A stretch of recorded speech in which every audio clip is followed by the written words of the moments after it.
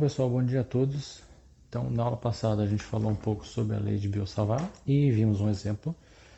E hoje a gente vai ver mais alguns exemplos envolvendo a lei de Biot-Savart. Então vamos lá. O primeiro exemplo que a gente vai tratar é de um solenoide.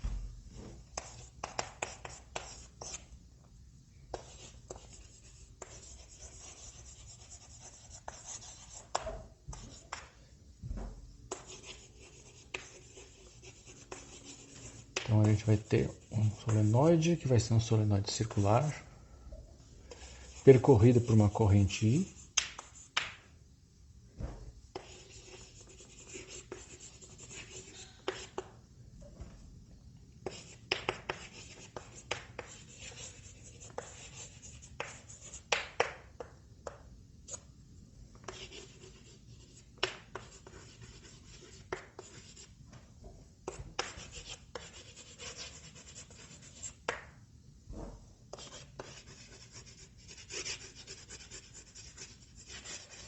Então, N espiras, um certo raio A, um comprimento L.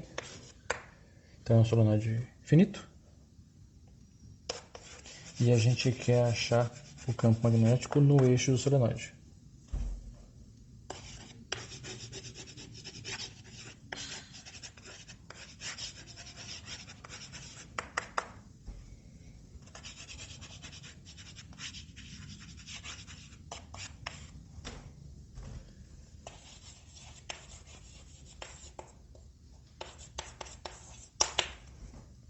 E aí, para isso, a gente vai precisar introduzir alguns elementos aqui para escrever as grandezas importantes. Bom, primeira coisa é que se o solenoide é um solenoide circular, então ele é alguma coisa assim.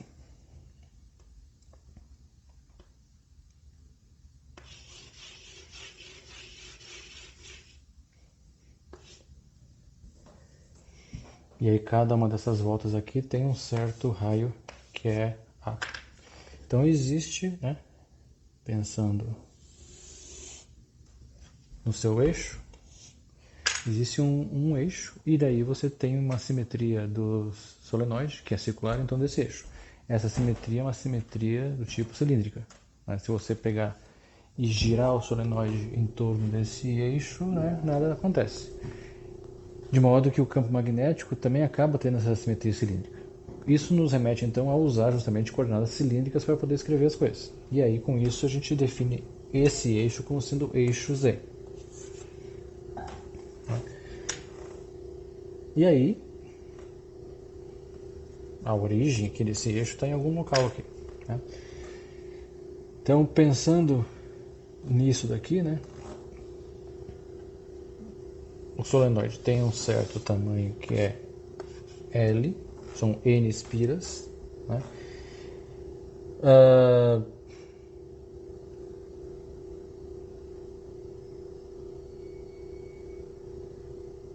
e a gente pode colocar a origem justamente no início do solenoide, para simplificar. Um ponto qualquer aqui do eixo está na posição Z, e um ponto genérico do solenoide está numa posição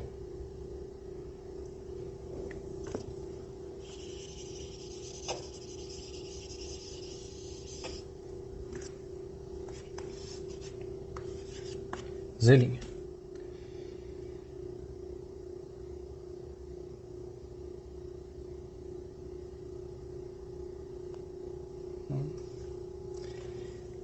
Aí a gente pode definir uns ângulos, pensando no ponto P.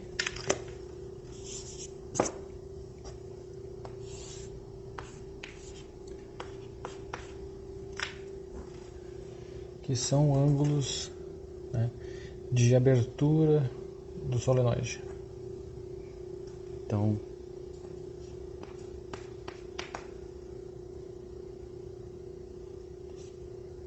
alfa 2 e Pensando aqui,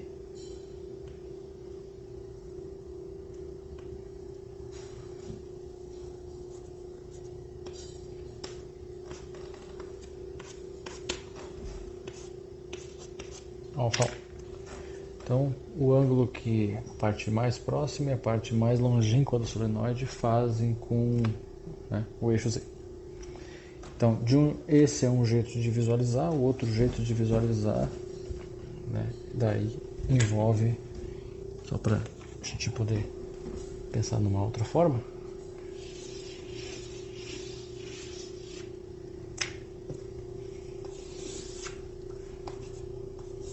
eixo Z, né?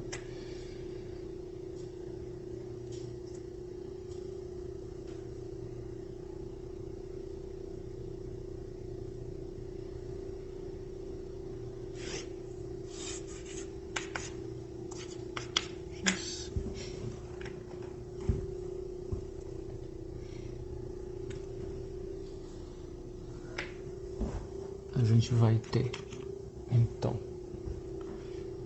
a posição de um ponto no solenoide é linha e a posição de um ponto no eixo Z é R, e a gente vai ter daí algumas coisas aqui. Aqui a gente vai ter então um DZ', né? Corrente, por hipótese, aqui circula de um certo jeito. Vamos supor que circule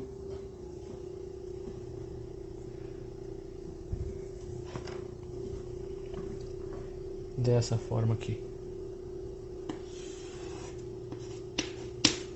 assim.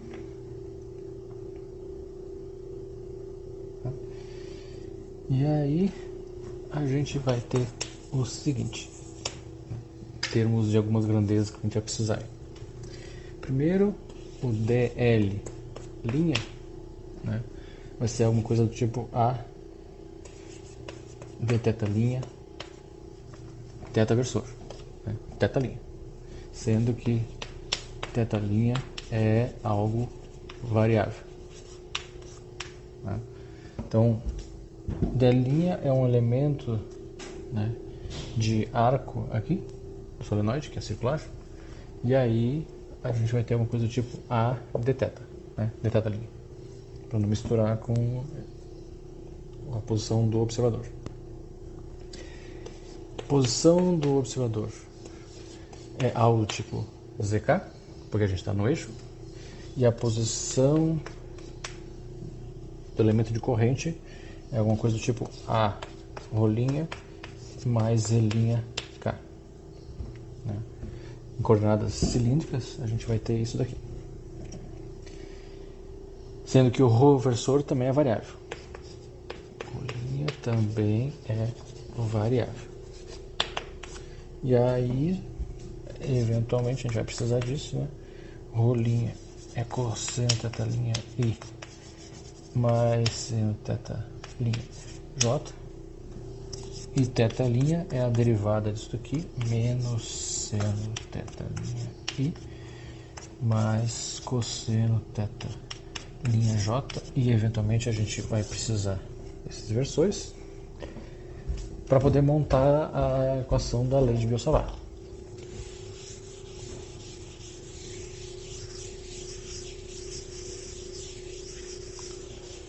O que a gente espera para esse problema, né?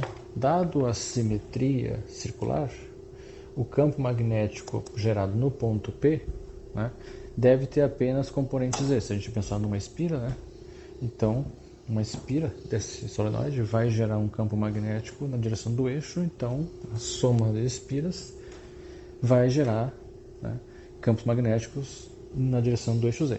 E aí, dependendo do sentido da corrente, se a corrente circula aqui desse jeito, né, fazendo isso, então corrente circulando desse jeito, regra da mão direita, basicamente se a corrente circula assim, né, o campo magnético deve ser do eixo Z para cima. Daí a gente tem que verificar essas coisas. Ponto importante aqui, né, é que como a gente tem N espiras no comprimento L, né, a gente vai ter uma certa densidade de espiras, e aí num comprimento dz', a gente vai ter um certo número de espiras dn', ou dn. Né? E aí a gente tem que fazer uma relaçãozinha aí. Bom, mas primeiro a gente vai precisar de R menos R', o que vai dar Z menos Z'K menos A rolinha.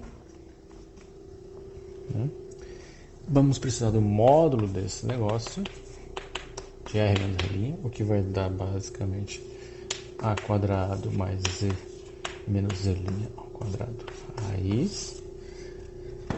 Precisamos também do dl' vetorial R menos R',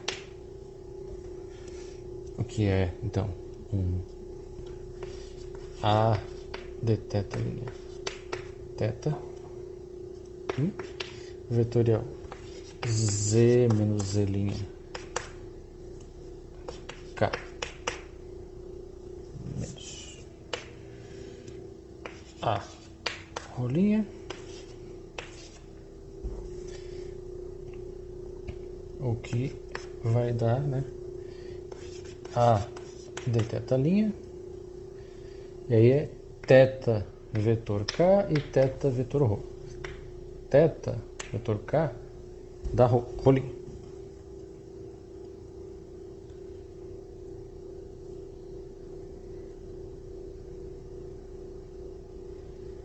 Então, Z menos Z' rolinha. E θ vetor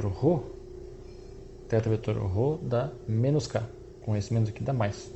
Então, mais AK. E aí, né,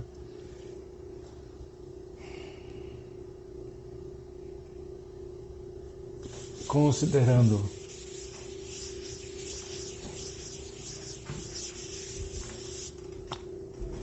que a gente precisa escrever o versor rolinha, né, em termos da base de J. Então, d' vetor R menos R' igual a de θ',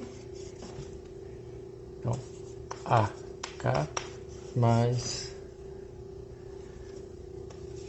Z menos Z', multiplica cosseno θ' e menos mais seno θ' J. Então isso é o dl vetor R menos R' que aparece na lei de Biot-Savart. Além disso, como eu falei, né, a gente tem nzão espiras no comprimento L. Então, nzinho, a densidade de espiras, é nzão sobre L, né? E aí, num comprimento dz', a gente vai ter um dn, né, que vai ser nzão sobre L dz'. Então, no comprimento dz', a gente tem dn espiras, e aí, por cada espira passa uma corrente I, a corrente total, que passa em dn espiras, né, é I vezes dn.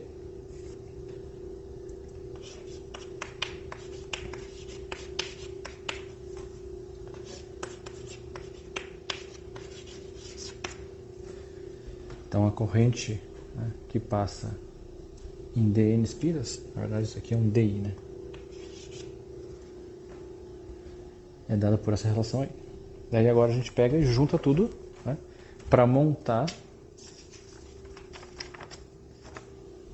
a lei de Biot-Savart. Então,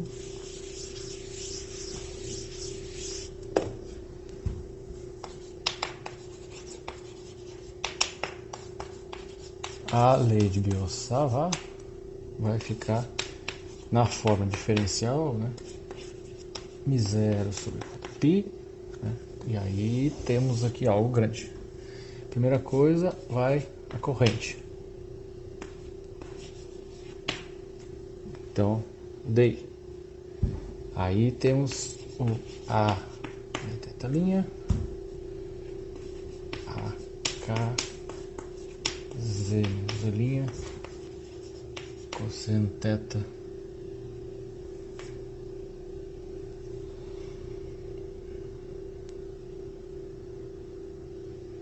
não vai caber.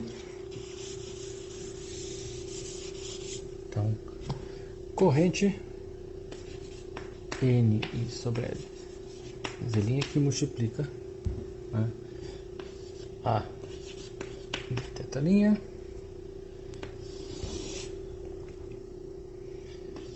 A, K mais Z menos Z', cosseno tetalinha I mais seno tetalinha J sobre o módulo em 3 meios, A quadrado mais Z menos L ao quadrado,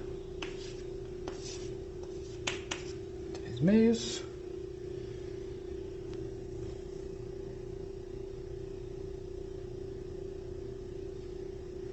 então, I, né, multiplicado por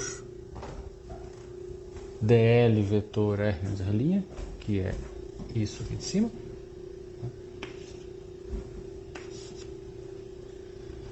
dividido pelo módulo ao cubo.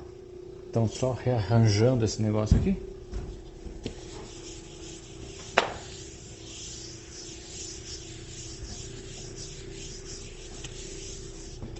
então,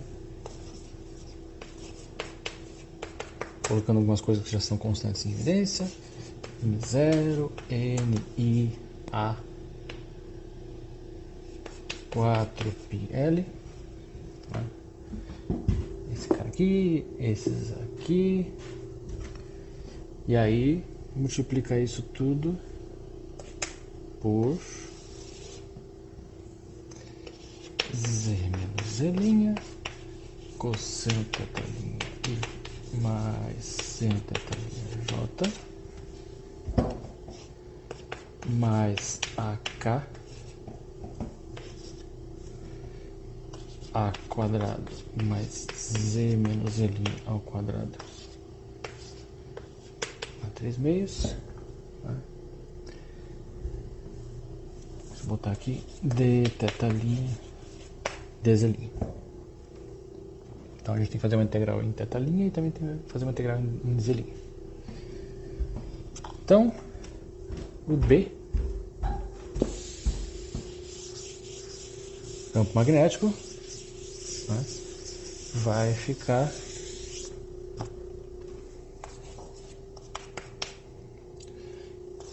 uma integral dB, que vai ser, já colocando para fora algumas coisas, 0 N I A 4πL, uma integral Z vai ter que varrer todo o fio, todo o solenoide, e a θ, né, tem que ser de 0 a 2, e aí a gente fica com o seguinte,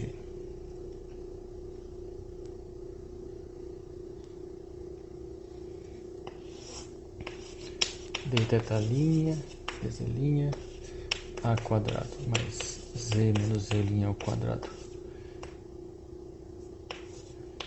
na 3 meios, que multiplica, né, Z menos Z', cosseno tetalinha I mais seno tetalinha J,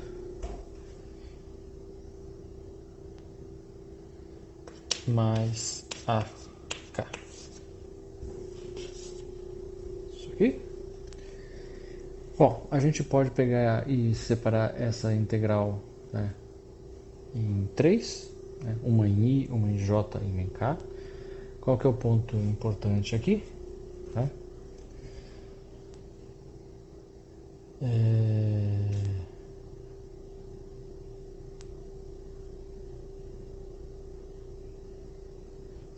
A integral em K é direta, né?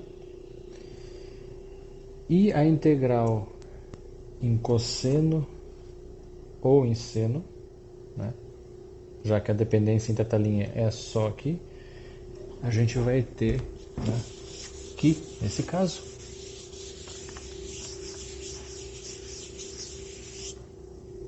tanto as dependências em I e em J acabam se anulando.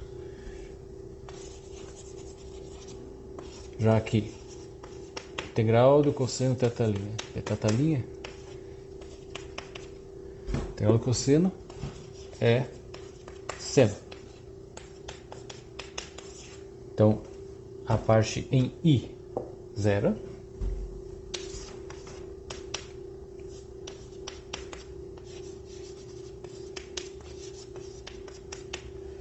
Integral do seno é menos cosseno. E aí, em 2π dá menos 1. Em zero também dá menos 1. Um menos o outro, né, vai dar zero.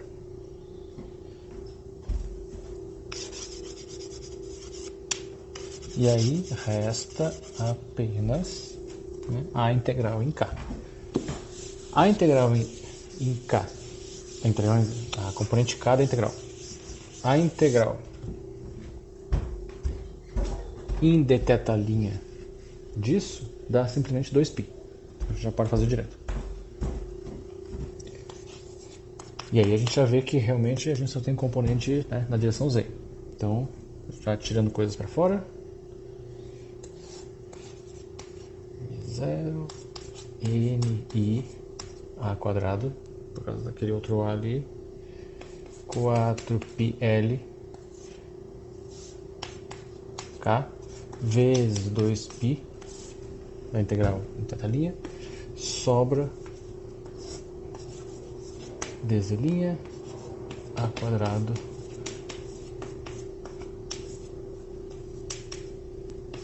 isso aqui.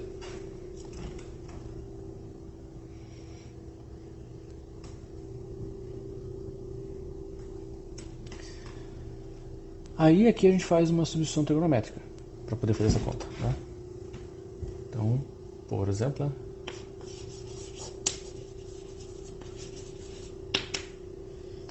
z menos z' pode ser alguma coisa do tipo a tangente de beta. Então, tangente de beta é z menos z' sobre a, que eventualmente a gente vai precisar, né?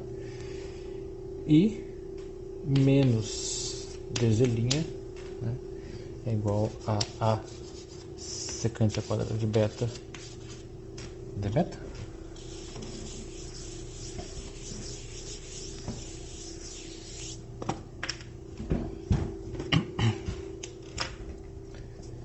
O que já vai levar a gente ao seguinte: zero ni ao quadrado, π com π cancela, o 2 simplifica, ao quadrado k, né? E aí, pensando apenas na integral indefinida, depois a gente volta para a integral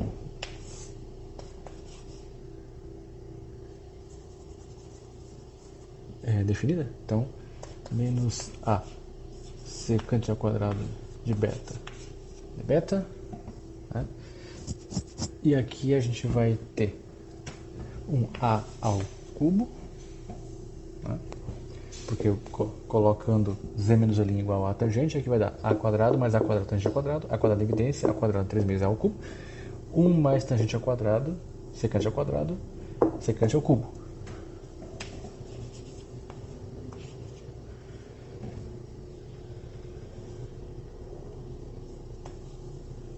Então, a gente tem a quadrado embaixo, com aquele a quadrado lá, cancela-se tudo. Esse aqui cancela, 1 sobre secante é cosseno. Então, menos 0 ni 2l k, a integral do cosseno, que dá seno,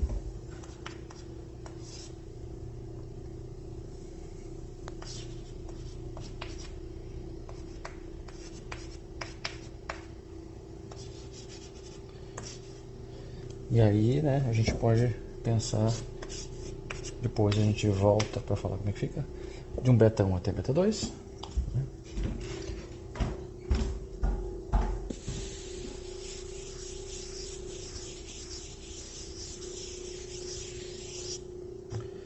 Então, B fica algo do tipo 0NI 2L K, né?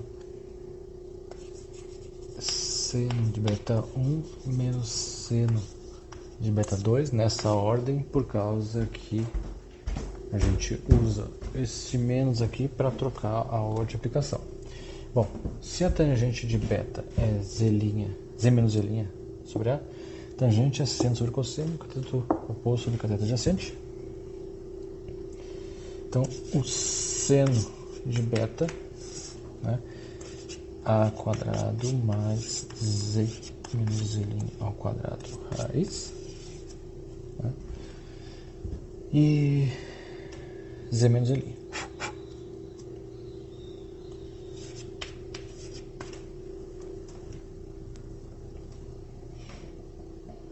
Então, seno sobre cosseno ou cateto oposto sobre cateto adjacente. Cateto oposto sobre hipotenusa. E aí, então, né?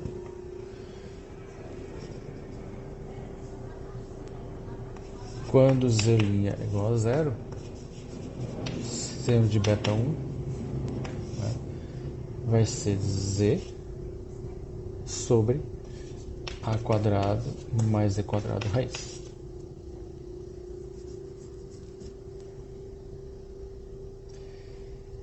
Quando Z' é igual a L, seno do beta 2 vai ser Z menos L A quadrado mais Z menos L ao quadrado raiz.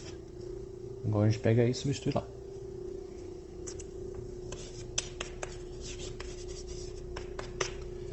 Então, o campo magnético, um ponto genérico do solenoide,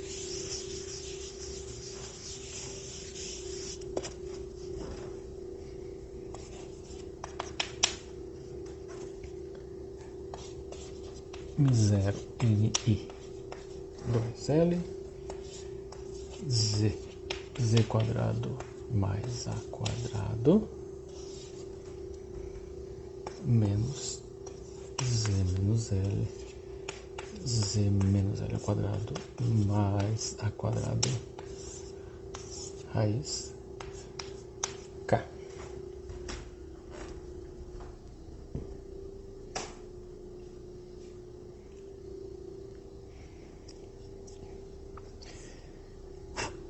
E aí a gente pode eventualmente pensar naqueles ângulos que eu defini lá, os ângulos de abertura. Cosseno de alfa 1, né, ele vai ser justamente Z sobre Z quadrado mais A quadrado. É o ângulo, né, do ponto P do observador até lá o início do solenoide. E cosseno de alfa 2 é o ângulo de abertura até o fim do solenoide. Então, é justamente Z menos L A quadrado mais Z menos L ao quadrado raiz. De modo que isso é justamente cosseno alfa 1 e isso é justamente cosseno alfa 2. Então, em termos desses ângulos de abertura, né, a gente pode escrever o campo magnético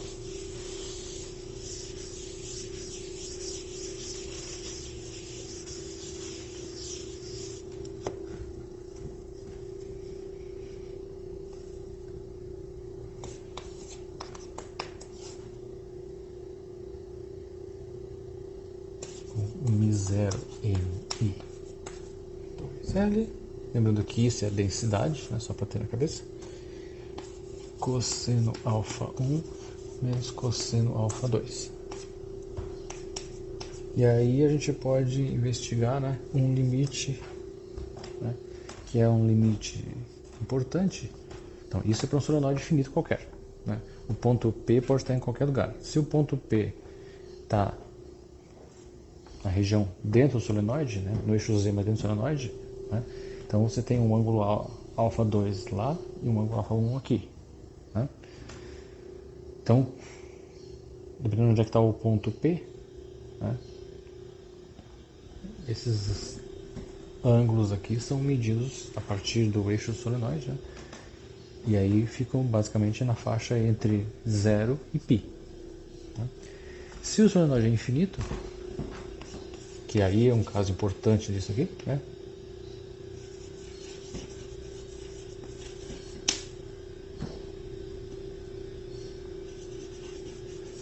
Então, um solenoide muito longo,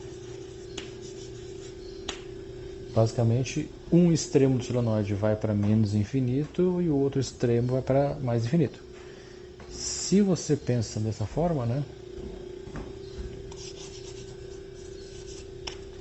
Então tá lá o solenoide, que é infinito, tá lá o eixo, né?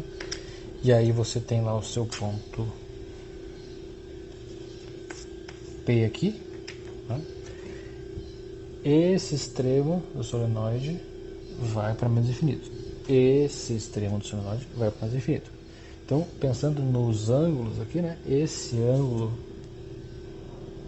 quando isso aqui vai para muito longe, esse ângulo, na verdade, tende a 0. E o outro ângulo tende a π.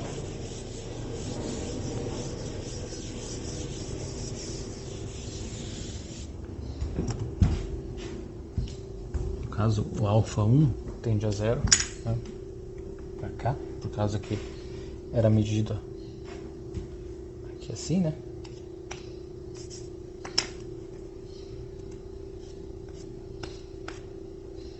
Isso é o alfa 1. Então, quando isso aqui vai para lá, alfa 1 tende a 0.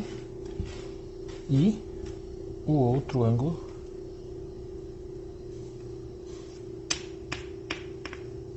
que é daí medida aqui, alfa 2. É o eixo, é o ângulo com lá. Alfa 2 tende a π.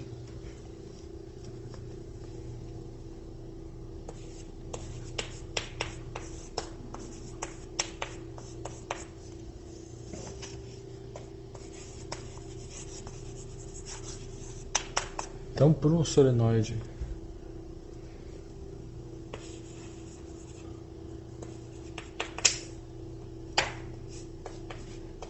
muito longo, N e L vão para o infinito, mas a razão,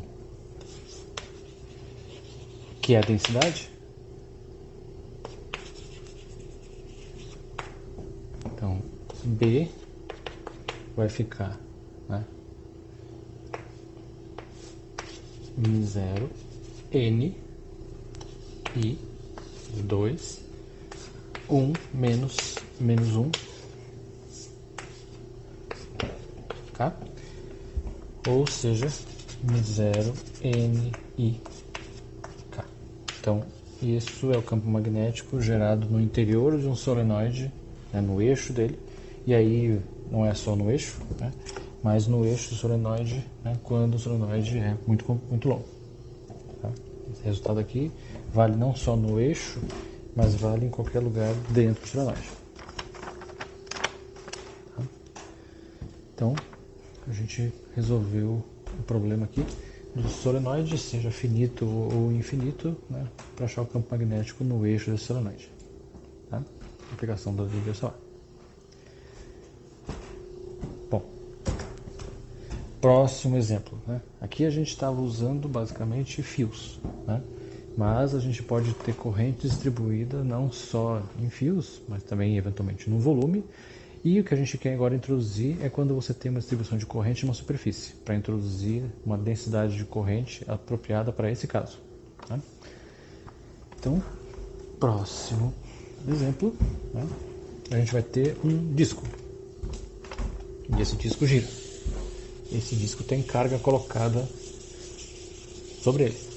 E aí esse disco gira, tendo carga colocada sobre ele, que vai acabar tendo uma geração de corrente.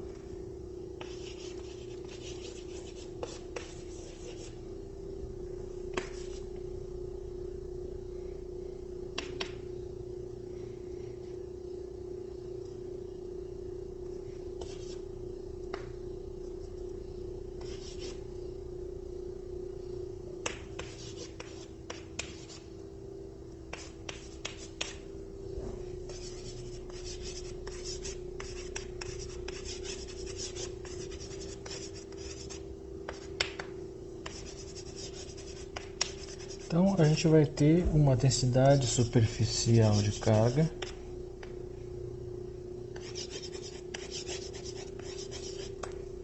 que não é homogênea.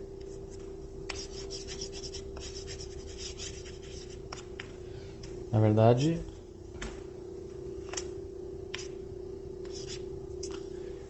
ela cresce de forma linear com a distância até o centro do disco.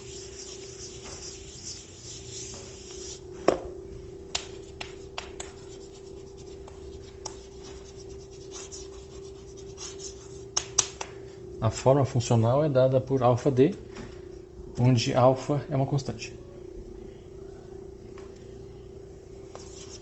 Daí a gente gira esse disco.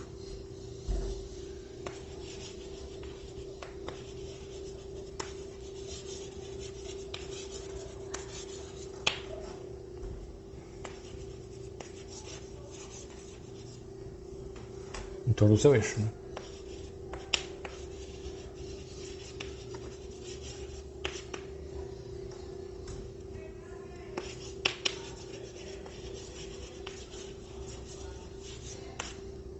Sabe-se que a carga total no disco vale o quê? E a gente quer achar B no centro desse disco.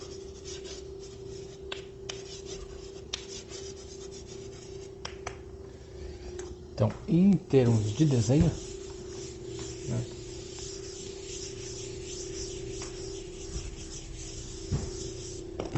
a gente vai ter um disco que gira. Basicamente isso. Né? E aí,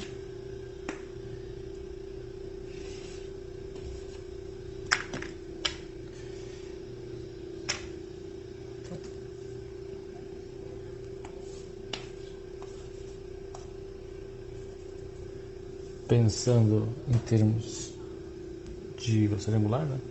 Só para a gente ter alguma coisa, por exemplo, a gente pode supor que a velocidade angular é tal de que ele gira desse jeito, né? E aí o vetor velocidade angular, então, na verdade é perpendicular ao plano do disco. Se ele girar assim, a velocidade angular é para fora; se girar para o outro lado, a velocidade angular é para dentro, né? Dado que a gente tem uma simetria aqui circular, o melhor sistema de coordenadas para analisar esse problema, né, é ou cilíndrico ou polar, né? E aí, colocando, claro, né, plano XY no plano em que o disco está. Então, se a gente pensar assim, Z é para fora, né, então a gente vai ter tanto o eixo Z, né, quanto ômega, né, orientado de acordo com esse sentido, orientado para fora, né. A gente vai precisar de algumas coisas aqui, então, por exemplo, do elemento de área, né? E aí, pensando no elemento de área é alguma coisa do tipo isso aqui, né? Isso é o elemento de área. Vou colocar como desce. E aí a gente tem carga nesse elemento de área e isso gira, de modo que essa carga está em movimento.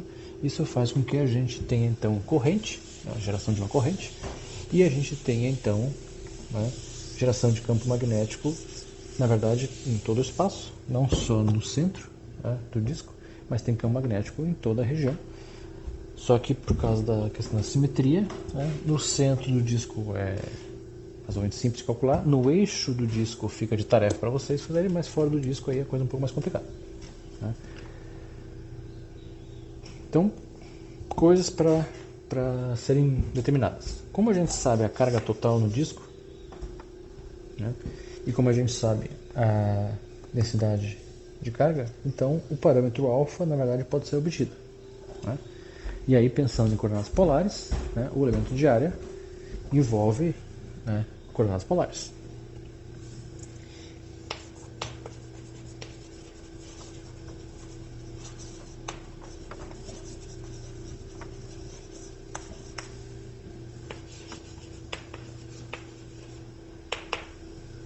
Então a gente vai ter, né, Q é uma integral do sigma ds, né, e aí sigma é alfa vezes a distância do centro ao disco, do centro ao ponto onde, né, você tem a carga, e isso, pensando aqui assim, né, envolve rolinha e tetalinha, as coordenadas polares. Na verdade, né, aqui a gente tem então rolinha. Essa é a distância do centro até o ponto. Então, sigma alfa rolinha, beleza? ds é alguma coisa do tipo rolinha d tetalinha. Uma integral então de 0 até a 0 a 2π. Com isso,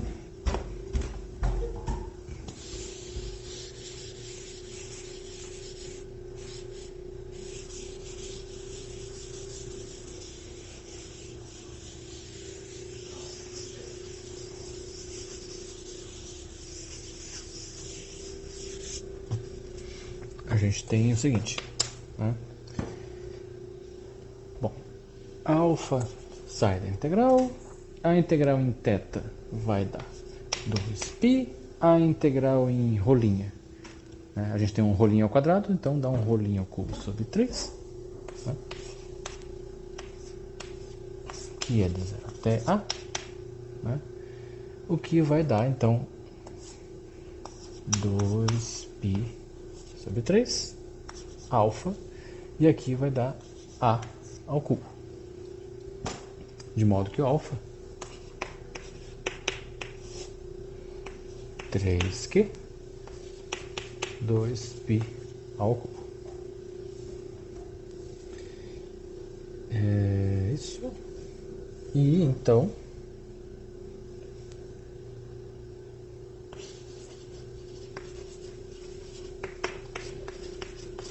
voltando lá na densidade, a gente vai ter o alfa 3q 2πa ao cubo, rolinha, né, ou rho, dependendo se a gente está integrando, que é isso aqui.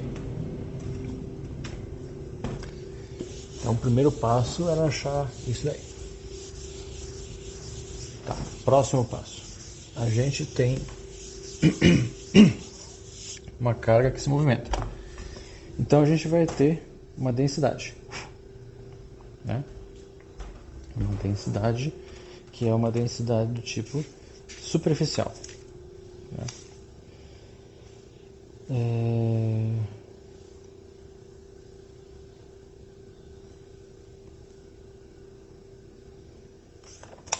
Então a gente vai ter que fazer agora uma comparação, né?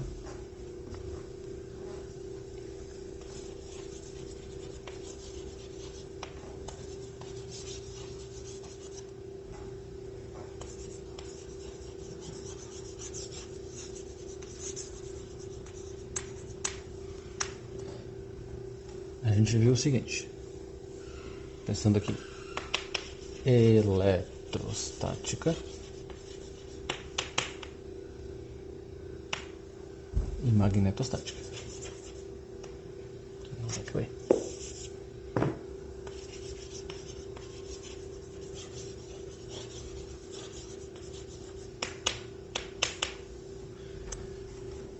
A gente viu que, dado uma densidade volumétrica de carga, a gente tem, né, uma densidade de corrente,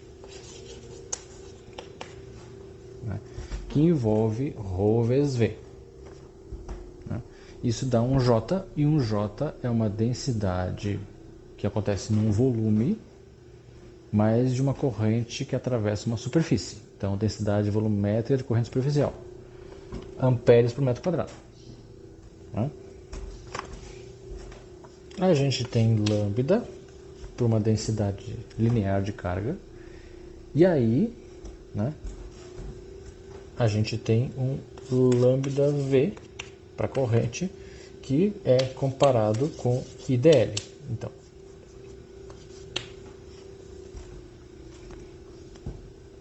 amperes. Né?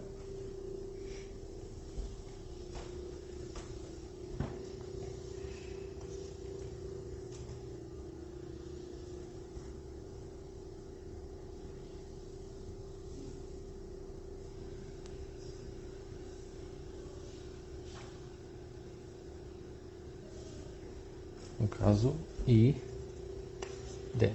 Sim. Né?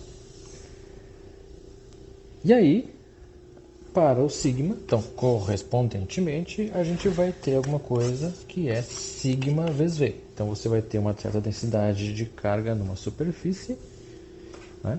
E essa carga flui. Então, a densidade de carga acontece numa superfície. Então, J acontece no volume, I acontece numa linha, né? E isso vai acontecer numa superfície.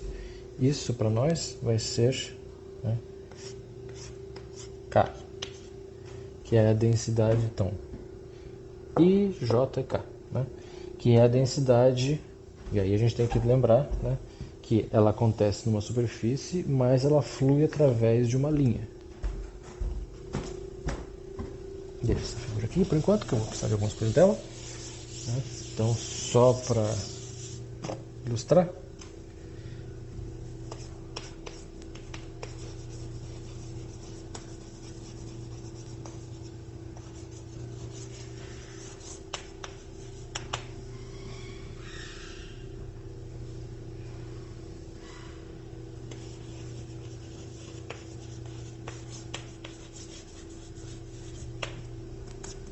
Então, digamos que a gente tem lá uma superfície.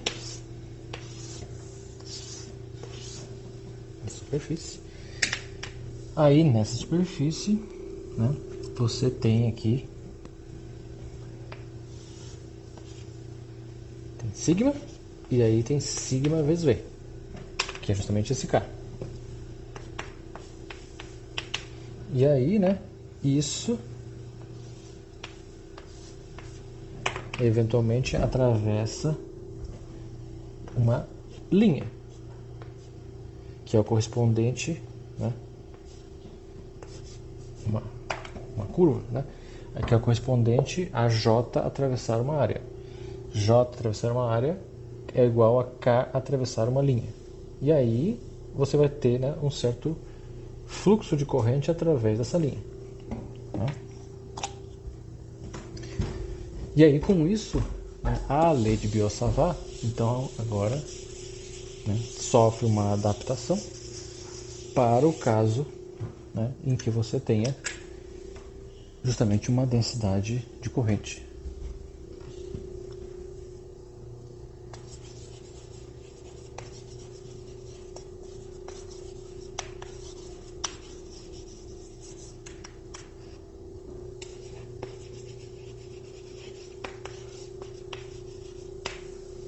Então, alguma coisa do tipo, né? dB vai ser μ0 sobre 4π, né? E aí, fazendo a devida correspondência, né? Alguma coisa do tipo K vetor R menos R' sobre R menos R' ao cubo, né? ds.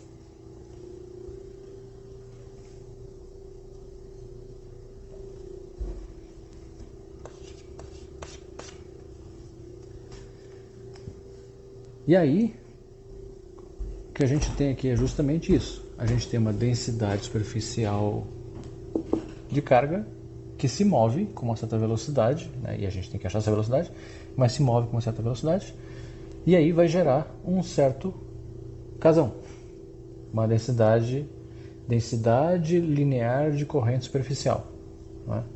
De modo que a gente vai ter que usar a lei de Biot-Savart na forma 23.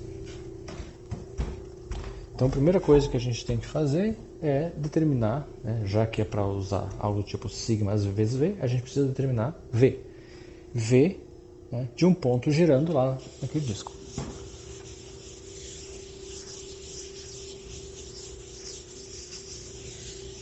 Como a gente tem uma certa velocidade angular, né?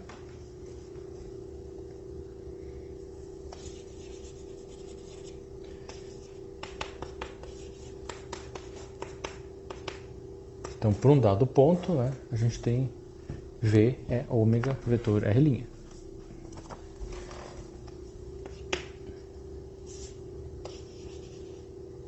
Então, ômega vai ser alguma coisa do tipo ômega K, né? E o R' é Rho, rolinha, né? Então, que é a posição daquele ponto A, V vai ser ômega K vetorial rolinha, o que vai dar ômega rolinha, né? K vetor Rho, né? Vai dar teta linha.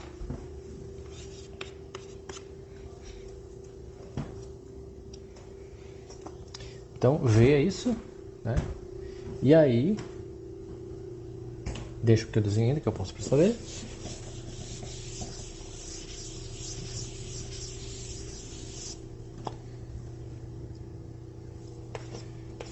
O K, que é sigma vezes V, vai ser, né, pensando que a gente já achou quanto é que vale sigma, 3Q 2π ao cubo rolinha vezes V, que é ômega rolinha teta linha. Então, 3Q 2π ao cubo ômega rolinha ao quadrado teta linha. E aí, a gente precisa, além do K, né, que está aqui então,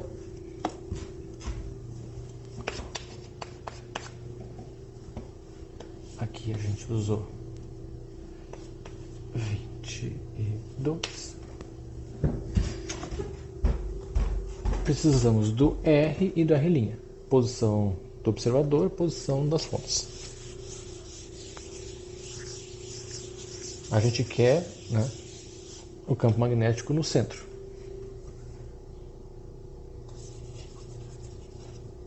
Então, R igual a zero, né?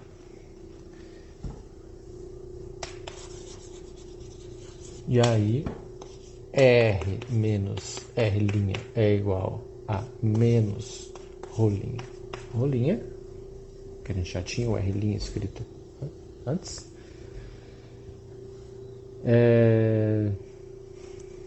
Modo de R menos R' é igual a rolinha ao quadrado. E K vetor R menos R', né, usando justamente o K lá que a gente achou, 3Q ômega 2π ao cubo rolinho ao quadrado, né, versor K vetorial isso aqui, menos rolinho, o que vai dar, né, 3Q ômega 2π A ao cubo, né, rolinha ao cubo, e aí K vetor rolinha,